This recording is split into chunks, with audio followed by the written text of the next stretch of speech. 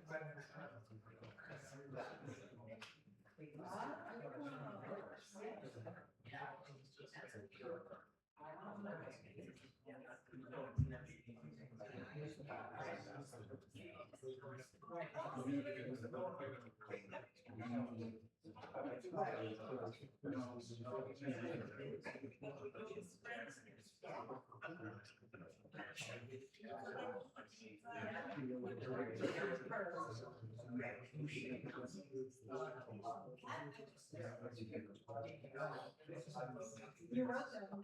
Oh. I read that. Well, you didn't exactly tell me. I got pretty quick.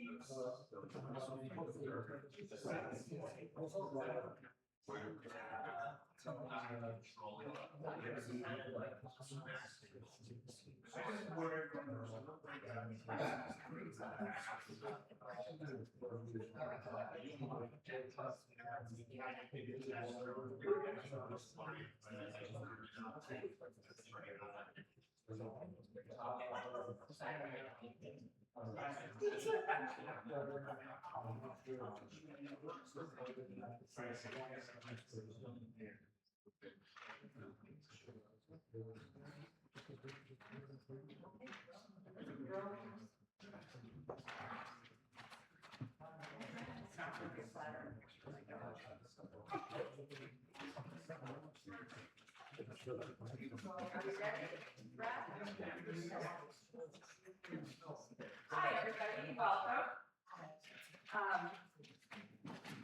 Isn't it nice that it's light out? Yes. We're not stumbling through the dark to get here. So I want to start off with thanks to people. First of all, we'd like to thank the church for allowing us to be here in this great space. I'd like to thank Alex, our tech guy, who helps us through this. For Harlan Goodwin, who's on our board, but does a lot of managing behind the scenes to make all this happen. I'd like to thank Brad Fletcher, who's also done a lot of managing behind the scenes to make this happen. He's the one who pulls together all of our speakers and makes all the arrangements. Also, thank you to our bakers tonight, Dot Fisher, Susan Stone, and Gary Wetzel. Thank you to Penobscot Savings Bank, who sponsors all of our series, and they have been doing so for 25 years. So that is a very cool thing. Also, would like to thank Peter Michu, wherever Peter, over there, for stepping in for me last week when I got trapped in Florida after the terrible snowstorm for 4 long extra days. So I was unable to be here for the ski train, but Peter filled in for me, so thank you. And I would also like to say that after our dear executive director needed to step down to go take care of his family, our social media went, posts dried up, no more fun facts from OBHS, no more fun little stories. And then Peter stepped into the void and has brought in his own perspective and information and fun facts. So all of those interesting things that have been happening are a result of that guy's extra work for the organization. And how many hits did we get on the Scottish post? It was around 10,000. 10,000 people. We have hit the big time. Okay, and while we're saying thank yous, I would also like to say thank you to anybody who may have donated or gone down to the Fabulous Find in Kittery to purchase things in February. When I heard that we were the recipients at first, yes. And then it was February. February, short month, snowstorms, all kinds of stuff. But luckily at the Fabulous Find, they said the same thing. So instead of 3 recipients, they said, let's just go with 2 for February. And they had their best month ever. And we only had to split it 2 ways instead of 3. So we got $2,400 from Fabulous Find, which is just mind-boggling. And it's really helpful because we were so yeah, so we are so grateful for anybody who helped with that effort and with that great little organization. So, did I miss anybody? All right, just going to give you one update. We still don't know what we're doing for the annual meeting. This is what we're hoping will happen. Is for any of you who read the actually read the newsletter or the town report, we are stepping back from doing big exhibits at the museum for the time being, and we are focusing on being more of a research archive library. So we are transforming our space, including painting the floor green and a nice screen. And we are moving around our shelves so people have access to them. And we found 2 windows in the back of the museum that we had forgotten were there. Opened them up. It's bright and light. It's awesome. We have 2 cozy chairs in front of the fire. We moved our partner's desk out where everybody can see it, putting a nice big table in there for people to spread their things out on. That'd be amazing. So now you just all need things to research.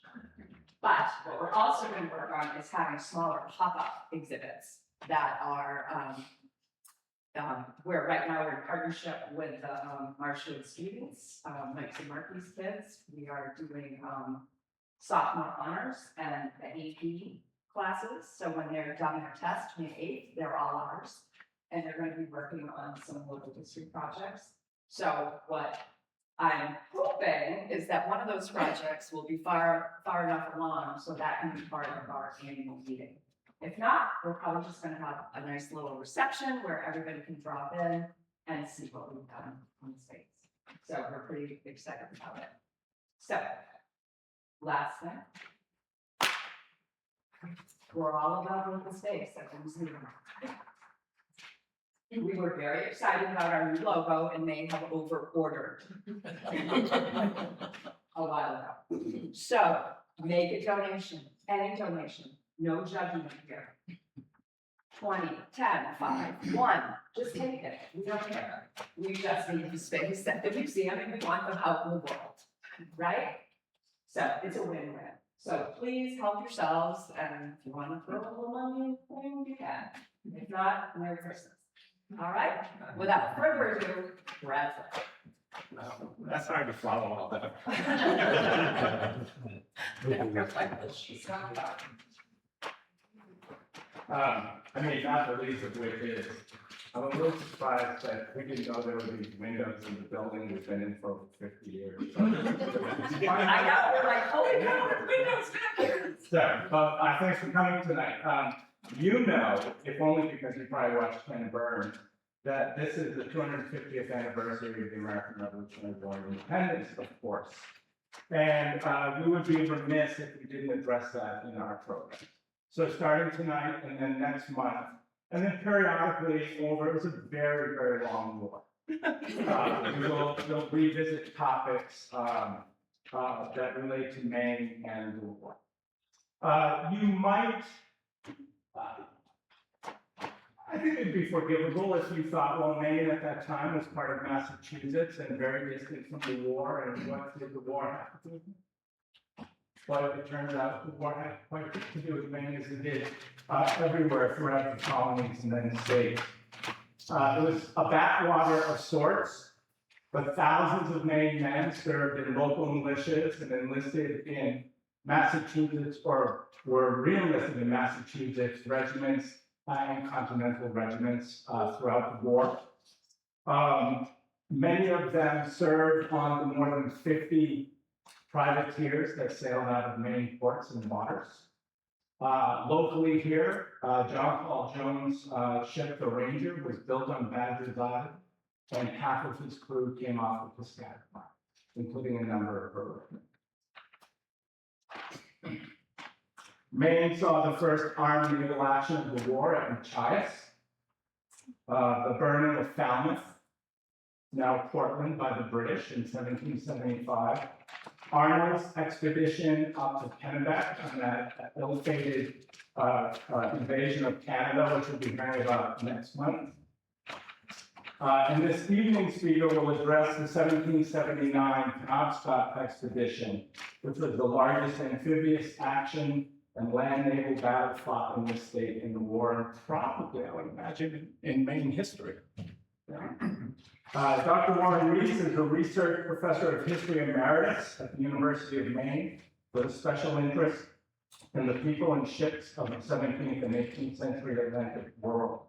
And he has been long associated with this project, and he is President Scott. So please welcome.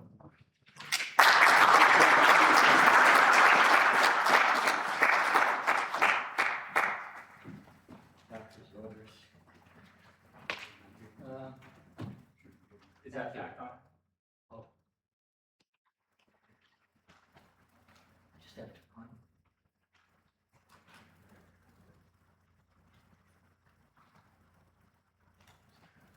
Can you hear me now? Okay. Well, good evening. And thank you for inviting me to speak here about this important archaeology project. I'm going to jump back to the early colonial period and then go very quickly into the Revolution.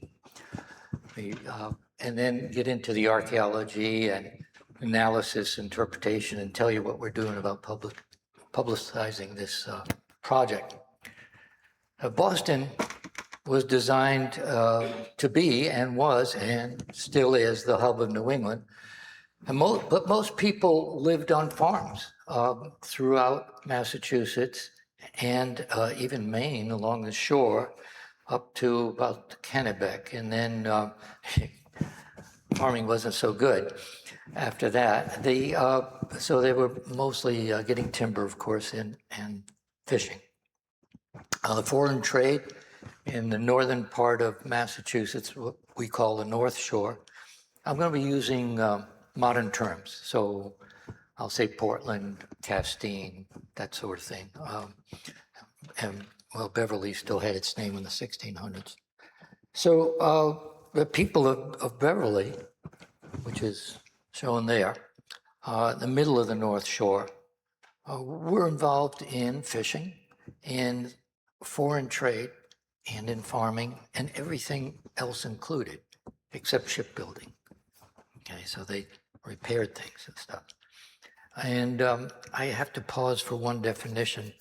Until the 20th century, a merchant was someone who today we might call an importer-exporter, okay, and or someone who wholesaled. If you had a store, you were a shopkeeper, retailing. So today a merchant would be anybody in there.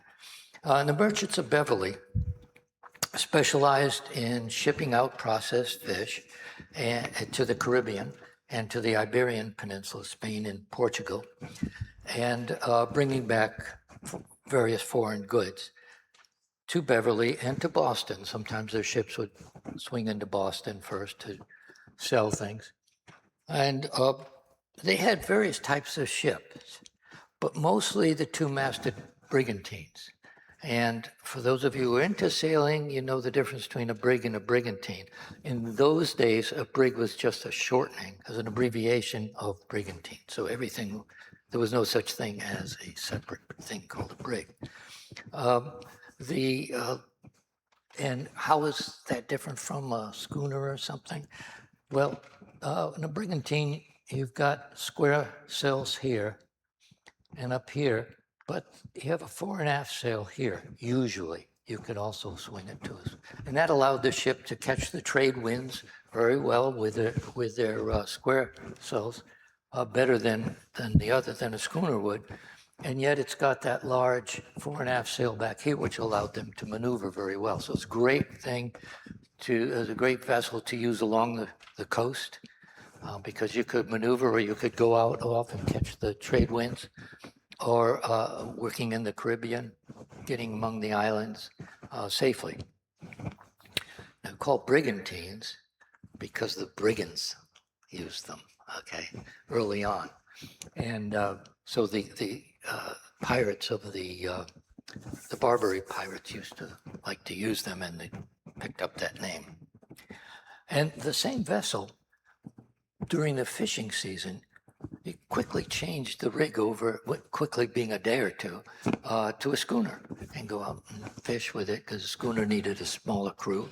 And then when it's time to move those fish to market, well, now you've got a brigantine, same vessel and same crew. But they built the ships, they bought them at the mouth of the Merrimack. That's where the shipbuilders in the North Shore were, because the timbers could come out of southern New Hampshire along the Merrimack and be brought down, and there were a lot of waterfalls for power for the sawmills near the mouth of the Merrimack, and they had nicely sloped shoreline, so you could build ships there and launch them easily. So everything was set up there. Beverly was a great place for a port, but not for building ships. Well,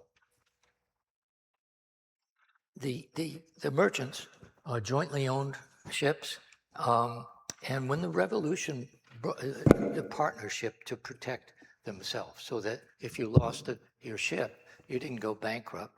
You only owned a quarter of this ship and a third of that ship and a half of that ship. So when the Revolution broke out, some of the merchants, but especially Moses Brown and Andrew Cabot were doing pretty well as merchants, and they had a number of ships out there as partners and partnering with other people, and they converted some of them to be privateers. Privateer, some of you know all this, but a privateer was a warship in that it had cannon, and it was the whole concept was you got a license for a year to go out and hunt for merchant ships or transports of the enemy, but only the enemy that you were at war with. So you can't go out pirating for anybody. So it was an extension of the Navy because America didn't have much of a Navy at the time. And if they captured a ship, they'd call it a prize, and they would bring it in and turn it over to the courts, the Admiralty courts, and the courts would put the ship, first the cargo and then the ship up for auction, and take the money. Some taxes went to the colony or the continental government if that was a continental license. And then the owners would get some of the money, and then the rest was split up by the crew. And the crew of the prize, of the enemy, they were just sailors, and they would be sent home. They weren't prisoners of war. So, and every year they had to get a new license. But Moses Brown and Andrew Cabot made a lot of money that way. Some of the guys were captured by the British, some were killed. But the whole thing of a privateer was to pull up alongside a merchant ship who only has maybe a crew of 16 men and maybe one or two little pea shooters on board, and you've got 16 guns and 100 men. They give up without a fight. Privateers were not there to fight, they were there to rob. Okay? So they had a ship being built that they would call Defense. It was purposely built to be a privateer. 1778, 1779, that winter. Well, in that year, the British in Halifax decided they were only in Halifax and New York, so they were nowhere in New England. Sometimes they were in Providence, or Newport rather, but usually not. And so the British decided, gee, these privateers are coming out from Massachusetts, Rhode Island, Connecticut, and Maine, which of course is part of Massachusetts at the time. And so they decided they were going to set up a fort in what's now Castine, up on top of the hill. So if you've been to Castine, there's an old fort up there. So they sent a lot of troops from Halifax over there. They were protected by 3 small Navy ships, about 1,000 men. The troops they sent were all professional soldiers, Highlanders and Grenadiers, which were kind of stormtroopers, tough guys. And now, one of the things about the Revolution, because everybody spoke the same language, and a lot of people in America were either from England, or the British Isles, I should say, or their parents were, spying was really easy for both sides. Okay?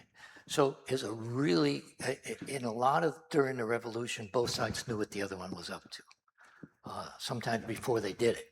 Okay, so the Americans, as the British were getting their people together in Halifax, the Americans in Boston found out about it. So we gotta, if they're gonna go to, they called it Bagaduce or Major Bagaduce, Castine, then we're gonna go up there and attack them before they really get settled in and build that fort.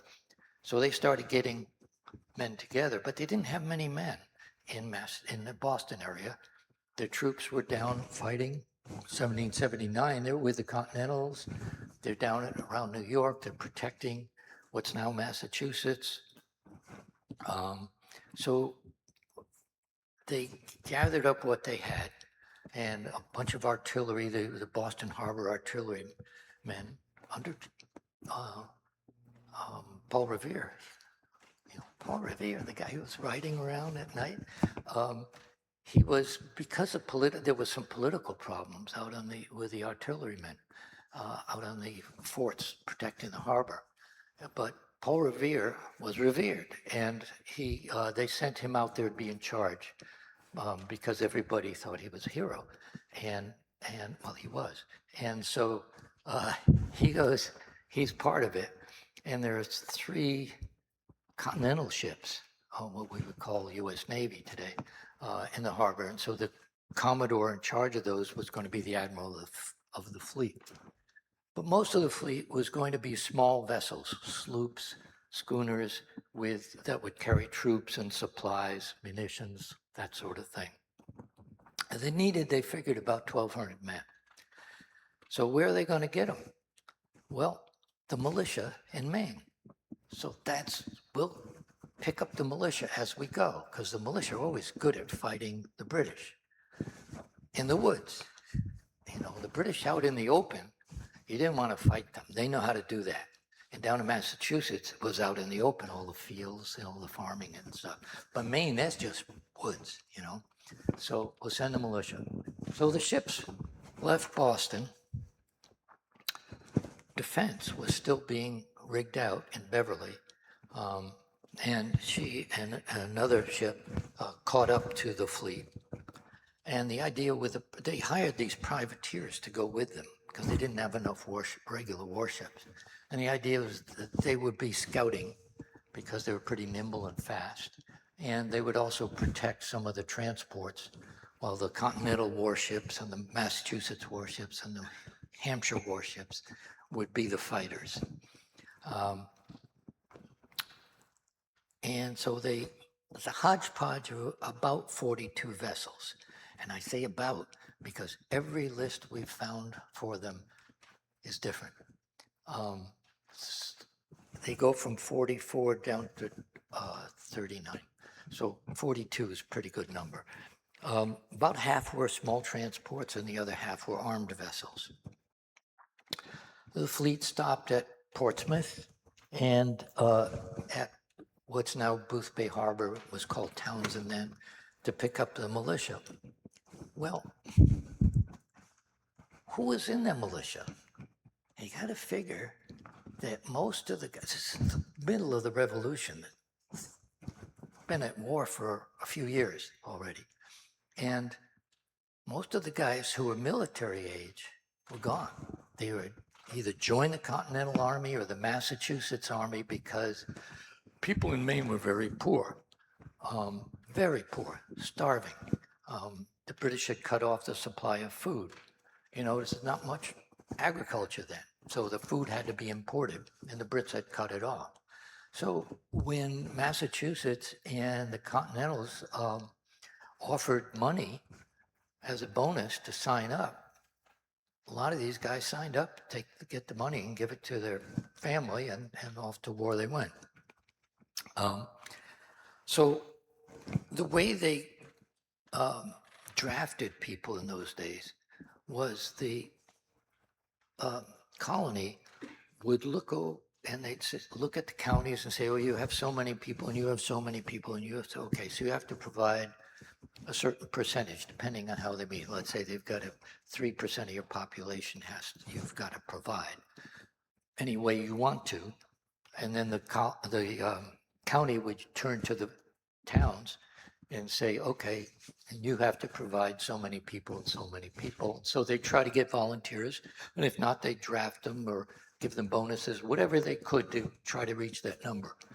Now, who are they going to get? So they got young guys who were just coming up to military age, who had never carried a gun in anger. Maybe they did some hunting, but and then older guys who may have fought in the French and Indian War, and people who were lame. Almost none of them had any training at all, military training. So when the general from Massachusetts reviewed them, and reviewed in military means you all parade in front, he was aghast at what a lousy bunch of crap he was going to have to fight with, guys, and didn't really expect much. Now the militiamen figured they were pretty tough and they would take on the British, no problem. As the defense caught up, the crew of the defense, a guy named Edmonds from Beverly was captain. He had been a captain for Cabot before that, a merchant ship captain. And he had 100 men on board. This is a ship that's 78 feet long. Okay. Why so many men? Because if they, after this expedition, which they figured to be 2-3 weeks, they would go off privateering. If they caught a ship, a prize, they'd have to put a crew on board to sail it back while they kept going. And if they caught another one, they had to have another, they call them prize crews, on board that one.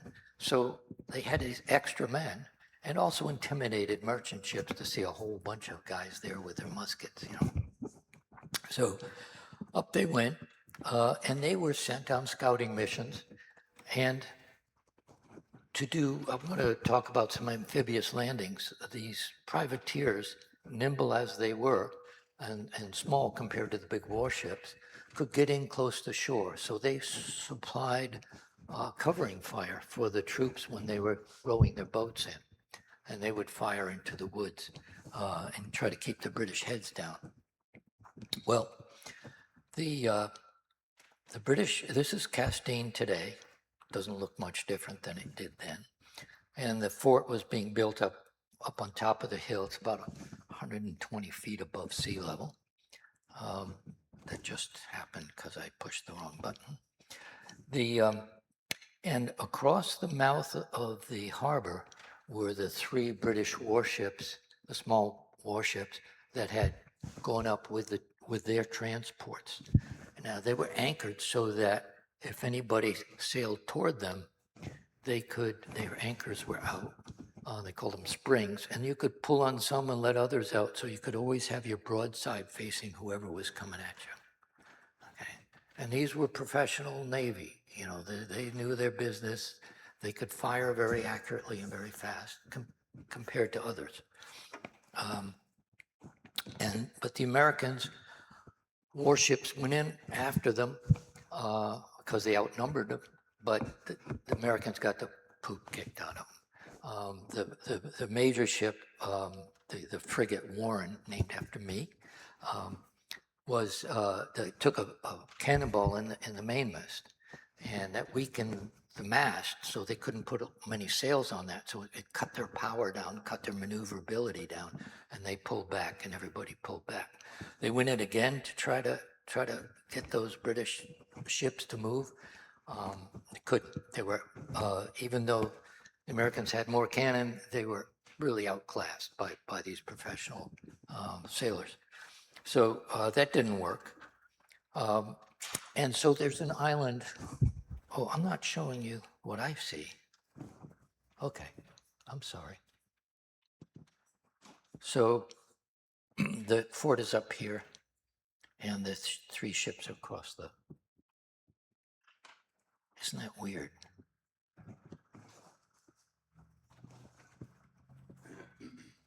What I see on my screen and what you see are 2 different things. My cursor is right here. Anyway, I'll point with my finger. Okay, so the 3 ships are right across here. This is Nautilus Island.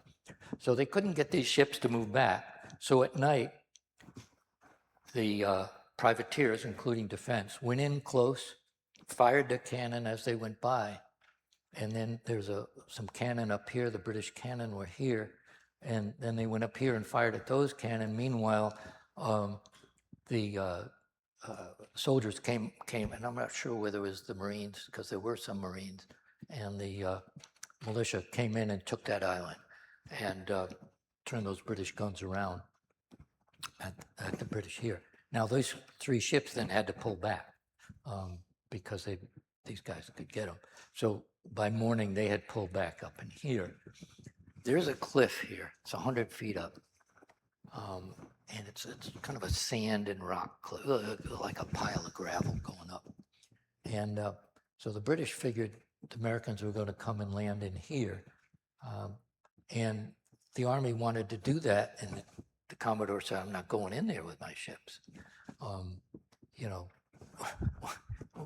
we had enough trouble with those British ships. If we go in there, we got all the cannon from the fort and over here and in the woods.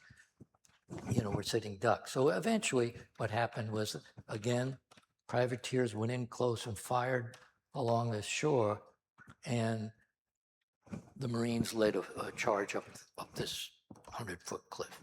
It was the first Marine assault, and U.S. Marines. And they took the heights.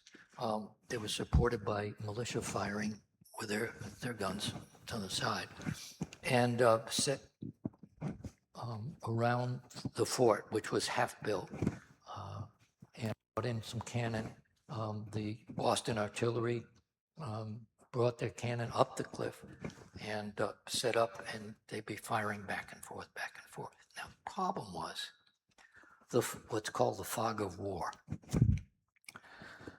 At this point, neither side really understands what the others are doing, even though they're just a few hundred yards apart. The British thought there were twice as many Americans as there were. And the commander of the fort was ready to surrender, and he wrote in his diary, when they attack, I'll have my men fire once, and then we'll drop our flag and surrender. The Americans thought there were 2,000 British in there.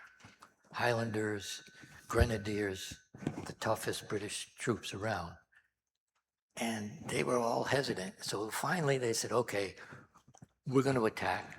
And in the morning, the ships are going to go in and we'll attack from here. And some Americans were up here and some over here. We'll all attack at the same time. And at that point, they'd taken too long, because the British had sent down to New York for rescue. The Americans knew that had been done, but they figured it would take a month before the New York rescue squadron could come up. What they didn't know was that a squadron of big ships had just arrived from London just the day before the word came down that Castine needed help. So that squadron just turned around and came up. So just the night before they're going to attack, the scouts come in and say, the British are coming from in behind us. And the Americans were cornered between this very strong British Navy force coming here, these 3 ships that could come out after them, and they thought 2,000 troops here. So at night, they took everything off. By dawn, all the cannon, all the men, everything was on the ships, and they skedaddled up the river, British in hot pursuit. Unfortunately for the Americans, there was hardly any wind except up high, and the big British ships had taller masts, so they could move much faster than the Americans. And as they closed in on the American vessels, the small ones first, the Americans went over to the west side of the river, and there's the attack. That's a painting at the Marine Museum in Washington of them taking the heights. There we are. So there's Castine. So the Americans headed up the river toward Bangor. Some actually made it all the way to Bangor and Brewer, with the British behind them. The captain of defense took his ship in here, hoping the British were all going to go after everybody else and they could slip out. But one of the British ships just stayed right there, one of the big warships, caught. So at night, they set a charge in the stern of defense and blew it up.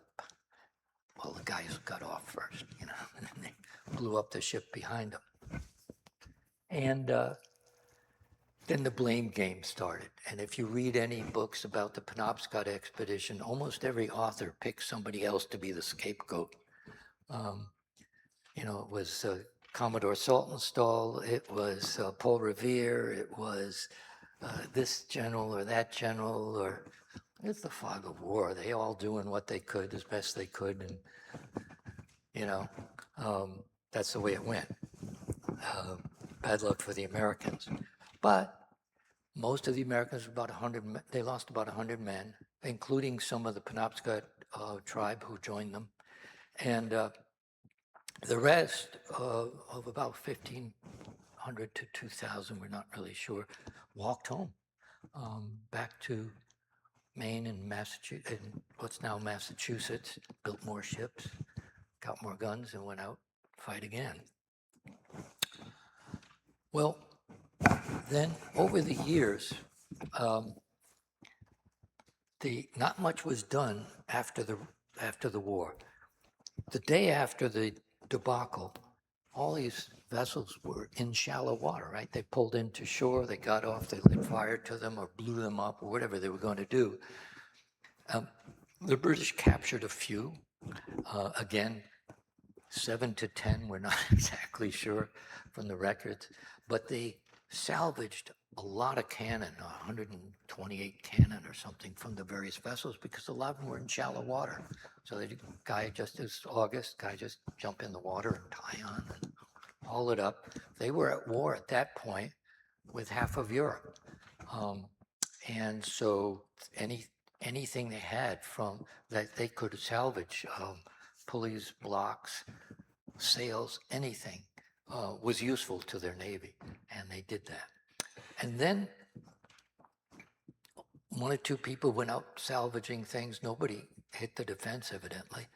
And then the paper mills started up in the river.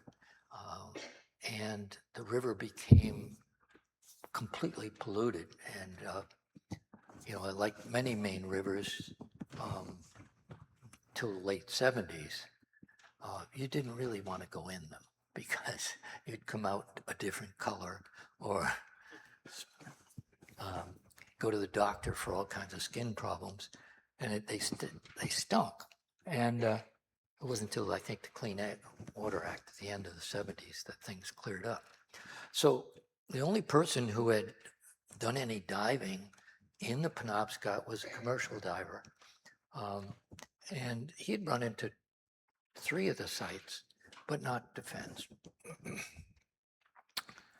And then in 1972, MIT and Maine Maritime Academy were having a joint ocean engineering summer workshop for students in Castine.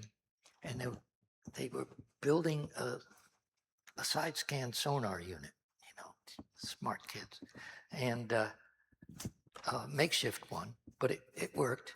And they thought, let's go find a shipwreck. So the historian at Maine Maritime Academy said, well, supposedly there's this Revolutionary warship over there at Stockton Springs, just behind Sears Island, and maybe you can find it. And the professors go, because it takes years to find a particular shipwreck. They found it the second day. And there were 2 cannon that they found and a few diagnostic artifacts. The Maine State Museum, the laws in Maine, as in many states, say that everything in state waters belongs to the state, just as if it were in a state park. And so that site belongs to all of us, people in Maine. And the State Museum is the overlord for it. But they got involved, and the Institute of Nautical Archaeology, which was out of Pennsylvania at the time, now it's at Texas A&M, would be the archaeologists. For director, they had Dave Switzer, who was at Plymouth State College. And it was set up as the summer field school for underwater archaeology in this continent, really probably this hemisphere. And so students from all over the US, some from Canada, we had one from Mexico, would come and learn how to do this on the defense. And so this was slow going because it was a field school. And in archaeology, like in many things, if you're a professional, you know where you can cut corners because it's not important where but in a field school, you do everything to the degree. And everything was measured very carefully and mapped very carefully, even though we're pretty sure that wasn't important. You never know. Sometimes they are the most important. There's one thing about archaeology. It's, I say this having started in physics, and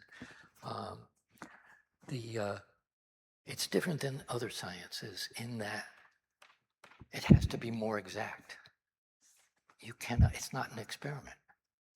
You cannot do it again. Nobody can do it again. In archaeology, we destroy a site as we go. Better do it right the first time because it's only a first time, okay?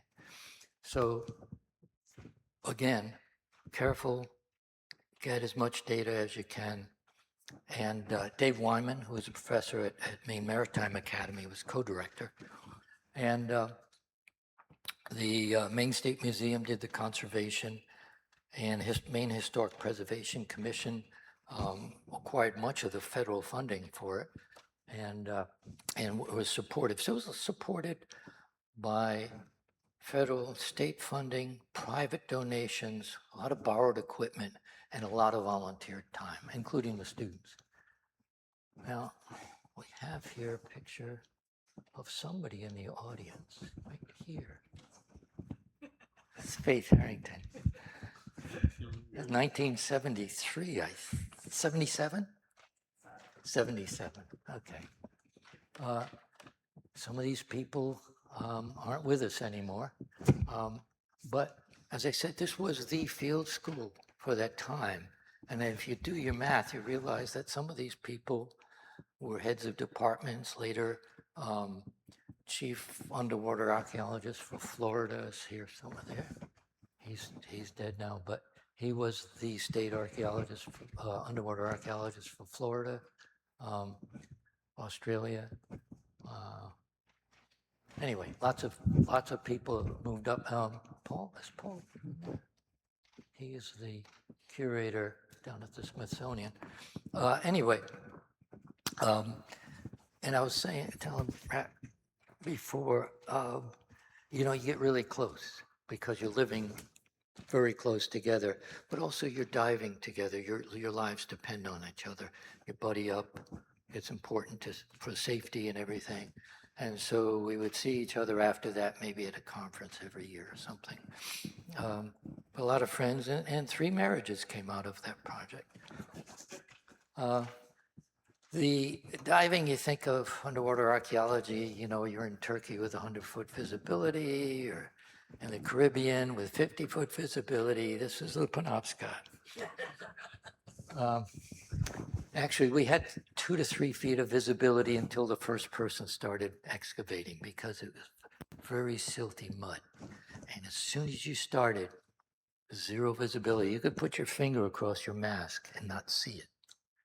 Okay, so you learn very quickly how to map where you are and what you're doing, and you measure things like, okay, it's this much, and then you come up where you can see something and you measure that part of your finger, you know, and go back down.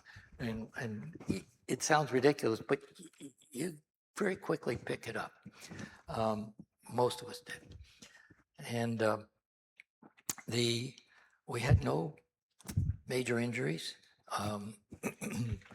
and small mishaps, but nothing in spectacular, which was amazing considering how many thousands of hours we spent underwater. I say we. Now, I was a grad student. I had already done field work before, so I was not a student there.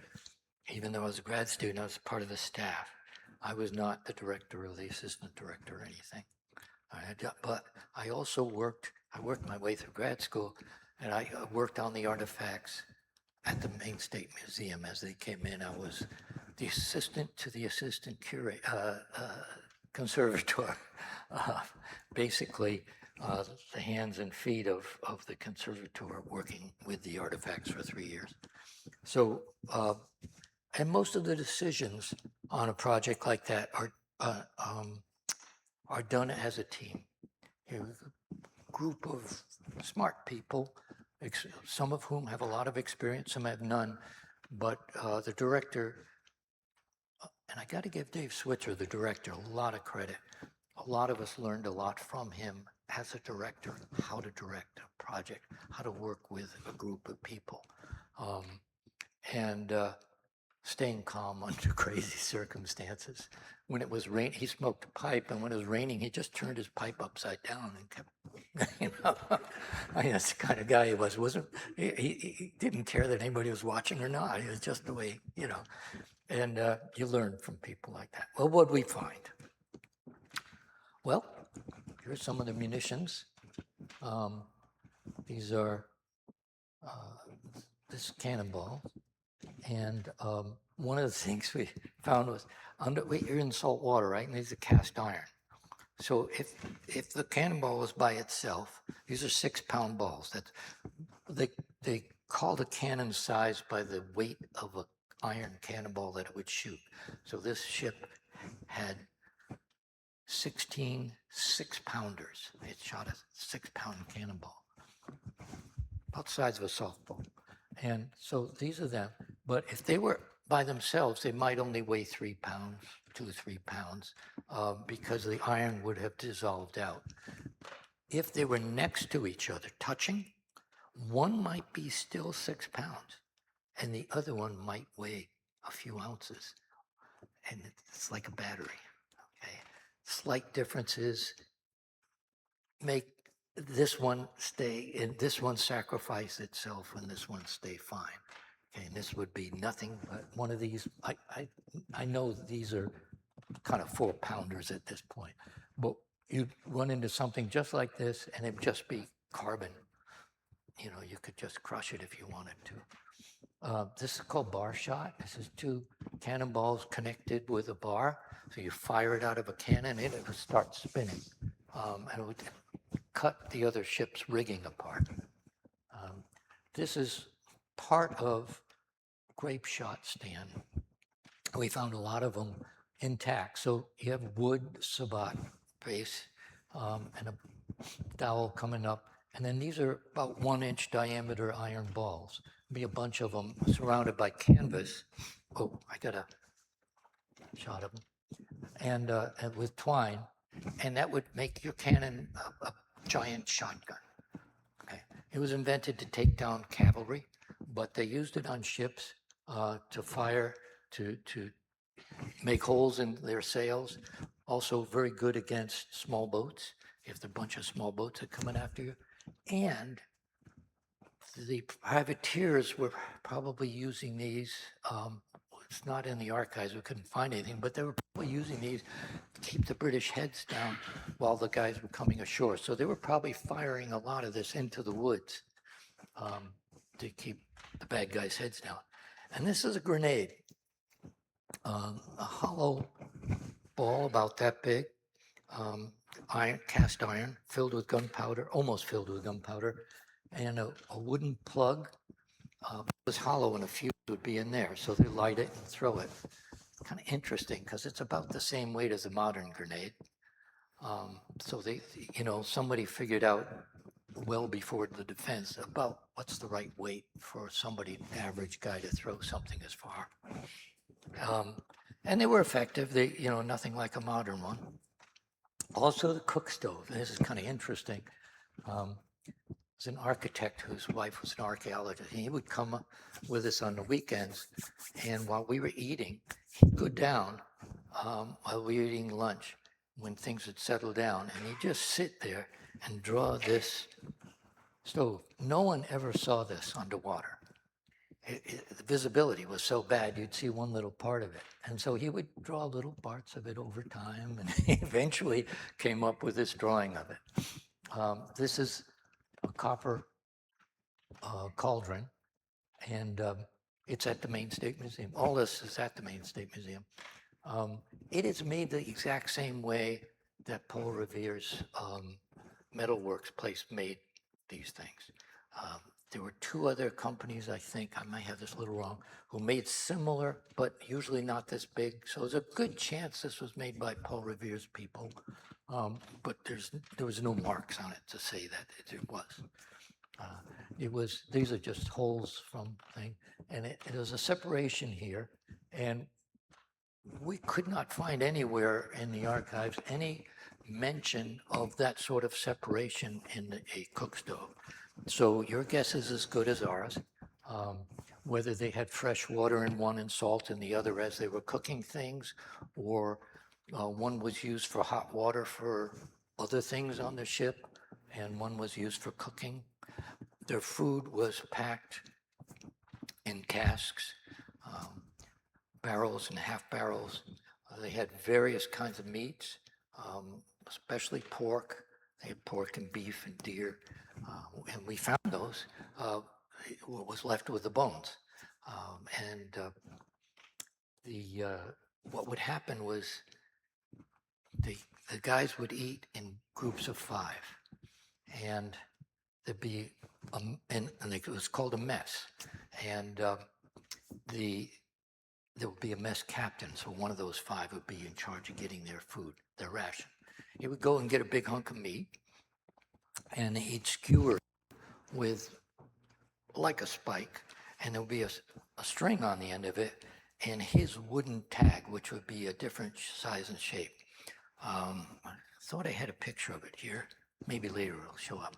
And so that would drop in the cauldron, and he'd go about his business and come back a couple hours later. He would know which one is theirs, as opposed to one that somebody else had just dropped in, right? And that's because they were eating in shifts. 100 guys on the ship, and so they got to be doing things all night long, and while others slept. So, and not between decks. Well, there was no deck below, but below deck, it's pretty dark, even in the day. So they were different shapes too. Wow. Those are meat tacks. We call them meat tacks. So the string would, they're about 4 inches long. So the string would go around here or here or here. And notice they're all different sizes, and they all have different markings. We found 20 of them. As far as I know, this is the only collection of them. And the only reason we know what they were for was that somebody read in the diary of a prisoner of war on the prison ships in New York. He was the mess captain, and he talked about using his mess tag. And somebody put 2 and 2 together and said, that's what we have. Okay. The other thing is that they also ate in what anthropologists call communal foodways, meaning they didn't have separate plates or separate mugs. That they would drink out of one tankard in that group, and they would have a trencher, which was a large plate, and they would all eat out of that, and one bowl if it was soup, and they'd all eat out of that. It was a year after somebody had invented bacteria. So, they didn't know about these things. And so you just sat and ate that way. Now, that had changed about 100 years earlier on land. People ate, in general, in the English culture, and communal foodways until the end of the 1600s. And then they switched over. But here we are on a ship, and they're still doing it in the 1700s. People used to ask me, what's the most exciting thing you ever found underwater? And they expect me to say a gold chain or doubloons. And you find those things. This to me, for a long time, was the most exciting thing. My buddy and I, my roommate and the project, and I were working this one square underwater all summer, and we're just slowly going down, and we ran into the medicine chest, and 2 of the vials still had medicine in them. So Libby Pharmaceutical figured out what they were, and this is sulfur powder with mercury in it. See a little mercury there? Which they used for various things. It was antibacterial, although they didn't know what that was. It also was good to get rid of parasites, or to knock down your parasites. And it kills the parasite, maybe the host too, I don't know. And this is a derivative of pine sap. It was used again as a salve to help, because it does kill bacteria. But it's also used to drink for migraines. And you think, huh? Aspirin comes from trees, it is bark of the willow. And but the problem with this is if you drank it, it's true, everything was out of focus for a few hours, according to Libby. So it does get rid of your headache. This is the most exciting. Now, I did not find this on the site. Did you, Faith? No. It's called a Gunter rule. We call it the Gunter scale. Some people do call them Gunter scales. That's not true. This is the Gunter scale, this part right here. Logarithms, for those of you who remember your math from science and stuff, logarithms. For those of you who don't know what they were, don't bother. It's a concept that allows you to add two numbers and get the product of the multiplication. It's one of those things I learned and I try to forget. Well, that was invented in the early 1600s. And the fellow who invented them had a book with remember the CRT book? For those of you who are in the sciences, you carried the book that had all the systems in it. Well, that was invented in the early 1600s. But a friend of his thought, I think I can make this easier. I can make a scale that shows that difference. And that he invented the logarithmic scale, which was called the Gunter scale. Okay? And he put it on a piece of wood called the Gunter rule. And he was into helping navigators. He's a mathematician and a theologian and one of those Renaissance guys. So this particular rule we found was exactly 24 inches long, and it had 1 to 24 by interesting, even though the British system used everything by 12s, broke up everything in quarters, and this is tenths of inch. And it had a total of 19 different scales on it. And with this rule, there were 9 on one side and 10 on the other, I think. I don't know, I just wrote that up. You can do navigation on a curved sphere if you're going across the ocean. Think of this, think of the globe. And I should have a slide, but I don't. You've got a globe and you've got lines that come down, right? And then you've got lines that go up this way. And the farther you get away from the equator, these lines come closer together, don't they? And they come up. Well, with a pair of dividers, you can very quickly, you put in how far north and south you are, and you see how this changed, right? And both in straight and on a flat surface and on a curved surface, you can do all your navigation with a set of dividers and this rule. It is really cool. So there it is. It's made of boxwood and it's engraved and inked. Now, an interesting thing about this particular rule is it's not accurate. It's a little off, and it's not because the wood has changed. And there's no signature on it. There's nothing on there to tell you who made it. So it looks like it's a copy made by somebody who didn't normally do this. Interesting. And the other thing is that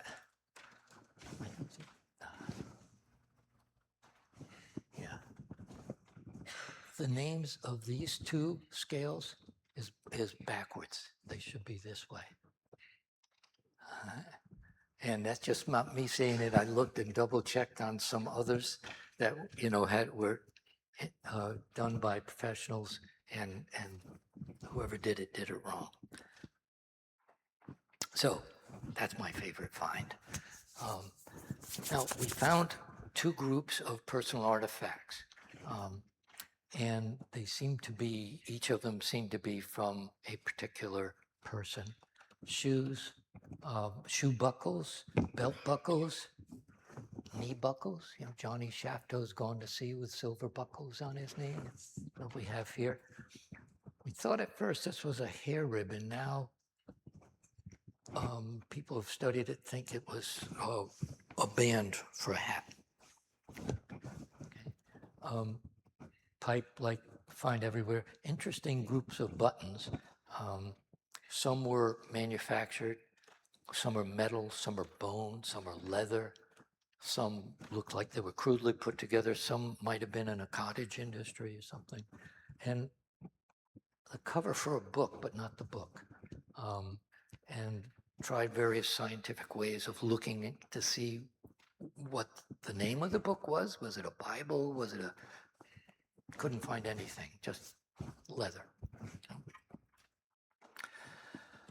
Found a collection of spoons, and one of the grad students for part of her master's thesis took a close look at those spoons. And there's soft pewter. This is the old lead pewter, very soft material.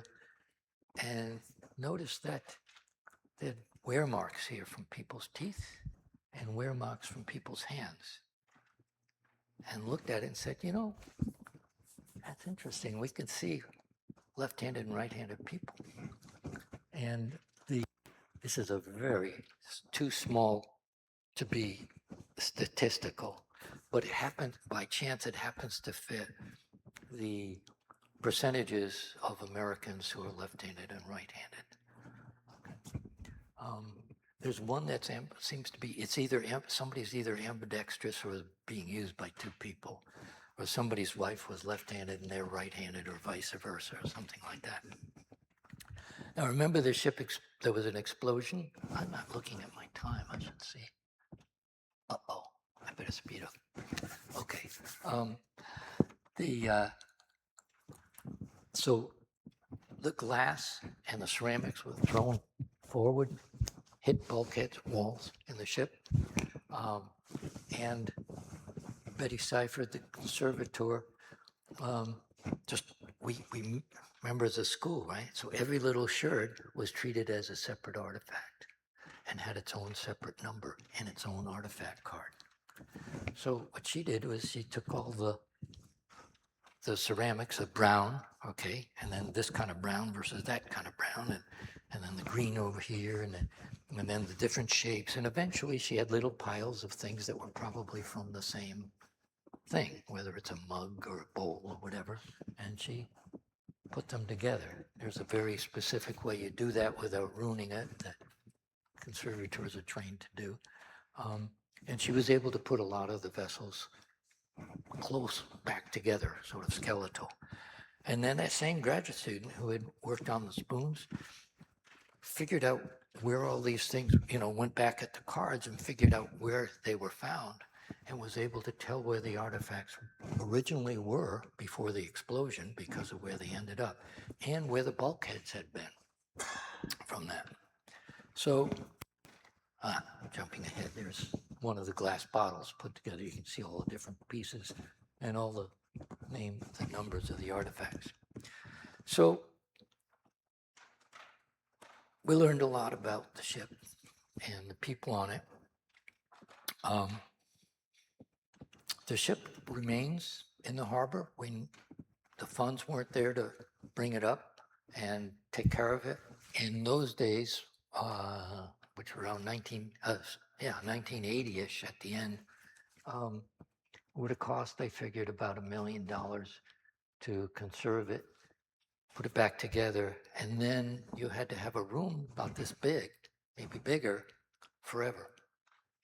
All with the right humidity and the right temperature, et cetera, year round. Somebody would have to be assigned to it forever. And Maine just didn't have the money. And the money for historic preservation for the revolution was over by then. Nobody really cared anymore. So we just reburied it, and there it sits. We went back and looked at it again. That's the best picture we have of a little part of it. Took some samples after 15 years, and then again another 15 years, and found that little munchkins, this is electronic scan of it blown up. The funguses were working away, destroying the wood. So I'm going to guess, in the next 20, 30 years, it's not going to be salvageable. It's going to be just, molecules of wood underwater, which is too bad because it's one of a kind and we think it was of a new design. We went out looking for the rest of the vessels and found 2 or 3. But again, the money wasn't there to do anything with them. And I had the bright idea. The U.S. Navy had just developed an underwater archaeology team to take care of their things. And I went to them and I said, this is the earliest ships. There were 3 Navy ships up there. These are the earliest ships you ever lost. So why don't you go? And they all went, yeah, let's do that. So they've been on and off when they could. They've been looking for the other ships, and of course, they're blown up. So how do you tell one from the other? Who cares? They're learning. So a lot of people think underwater archaeology like this, you learn a lot about life at sea. What's it really like? What do they eat? Yeah, we learn that. But really, we learn about life on shore. Everything we found on that ship was probably made on shore, every artifact. The ship itself was made on shore by people who lived on shore. So on the surface, it's life at sea. They are the ones using these things or having these things or eating these things. But all of it reflects on the people on shore and not the few white guys who were in charge politically, militarily, and in charge of the church, but for the 99% of the people who were farming, fishing, had a cottage industry making buttons, whatever. So, and they're not somewhat, but not a lot.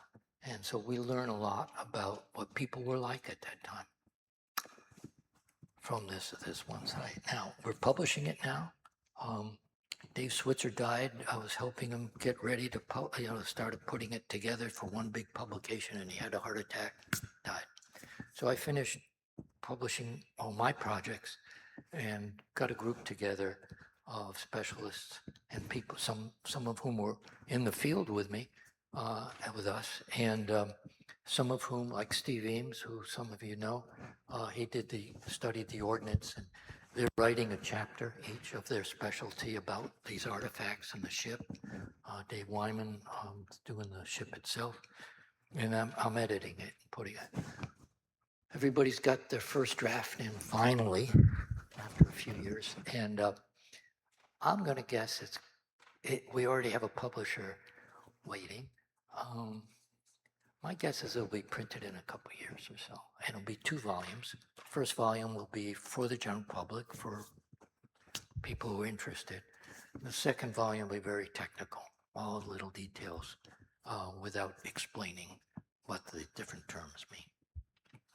Thank you. I'm sorry I went over time, but if you have any questions, throw them at me. Yeah.